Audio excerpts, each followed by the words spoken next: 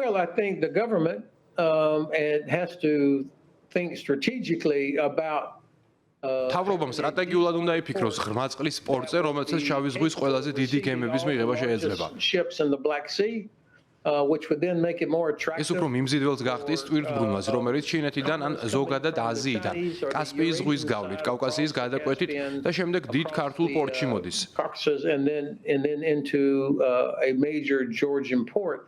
თუ დიდი გემების მიღებაა შესაძლებელი, საზღვაო გადაზიდვების მხრივ კიდევ უფრო მეტი მნიშვნელობა მიენიჭება.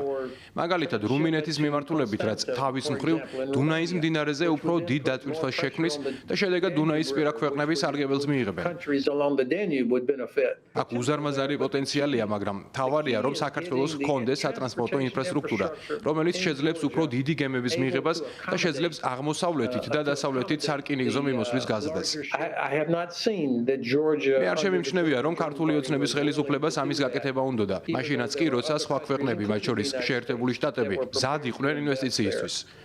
And of course, to do this, you have to have რა თქმა უნდა, ამისთვის საჭიროა გამჭვირვალობა. ინვესტორებმა უნდა იცოდნენ, რომ მათი ფული სწორად იქნება დაბანდებული. ეს ძალიან მნიშვნელოვანი ნაწილია. This is an important part of this.